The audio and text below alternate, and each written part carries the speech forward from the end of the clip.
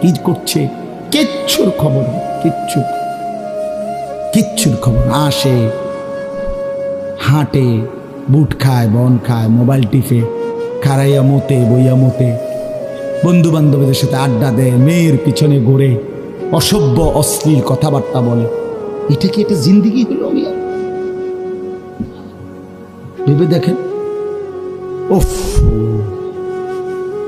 কোন সুস্থ স্বাভাবিক মানুষ এমন হয়? বলো ভাইয়া, বলো। রাগ করো না বাপ, কে তোমা করে মনে করাই দিব? কেউ মনে করা। হা, বাবা আমারও ফিকির শেষ, শুধু টাকা রোজগারের ফিকির। দেশে থাইকা পারো, নইলে বিদেশ গিয়া পারো, কোনো না কোনো ভাবে পয়সা রোজগার করো। এরপরে আশ্চর্য কথা শুনেন, এরপরের কথাটার জন্য রাসূলুল্লাহ সাল্লাল্লাহু আলাইহি সাল্লাম হাদিসে বলছেন, এই ভাই শুনেন, ছেলেরা তোমরাও শোনো।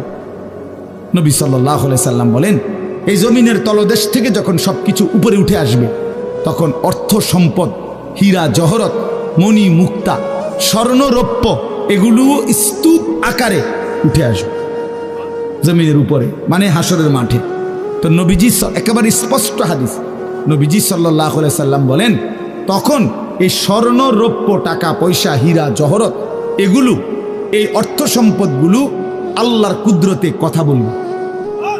স্বর্ণের টুকরা কথা বলবে, কথা বলবে, রৌপ্যের টুকরা কথা বলবে, এগুলো কথা বলবে। কথা কি বলবে? এগুলো তখন ওই নাফরমান মানুষগুলোকে ডাক দিবে, ডাক দিবে, আইয়ুহাস সারিক, হে চোর, এদিকে এই সম্পদের জন্য চুরি করেছিলে, আজ যা দরকার নেও। আইয়ুহাল কাতি, হে ডাকাত, এদিকে এদিকে আসো, এই সম্পদের জন্য ডাকাতি করছিল, আজ নেও। হে আত্মীয়তার, আইয়ুহাল কাতি, আত্মীয়তার সম্পর্ক ছিন্নকারী ব্যক্তি, আসো। এই জন্য ভাইয়ের সাথে যুদ্ধ করছো, বোনের সম্পদ নষ্ট করছো, চাচারে সম্পত্তি দাও নাই, এই জন্য, এই দুনিয়ার জন্য নেও, এখন না, এখন যা লাগে নেও। এইভাবে প্রত্যেক নাফরমান পাপীকে, হে হারামখোর, সুদ করে দিগা, এখানে টাকা যা লাগে নে, নে বাটপার, এখান থেকে টাকা নে, কি পরিমাণ টাকা দরকার ছিল নে।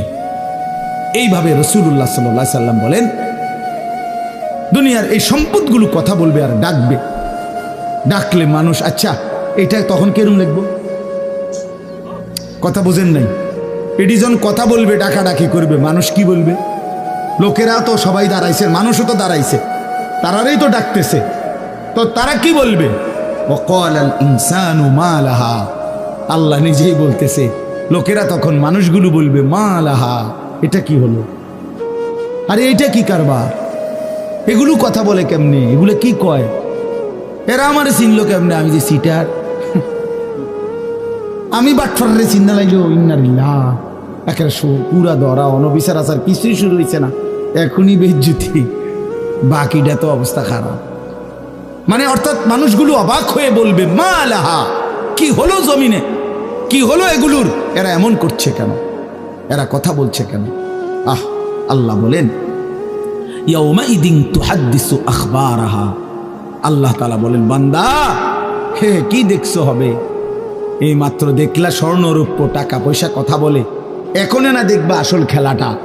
ইয়াউমাইদিন তুহাদ্দিসু আখবারাহা, আল্লাহ বলেন এখন দেখবা সরাসরি এই হাসরের মাঠে তোমার সামনে, তোমার পায়ের নিচের জমিন, তোমার পুরা জিন্দেগির কথা, তোমার যত তথ্য, ভালো কিংবা মন্দ, নেক কিংবা গুনাহ, তোমার সমস্ত কিছু, রাতের কিংবা দিনের, একাকী কিংবা প্রকাশ্যের, গোপন কিংবা আড়ালের, আল্লাহর কসম জমিন সবটা এখন তোমার সামনে বলে দিবে।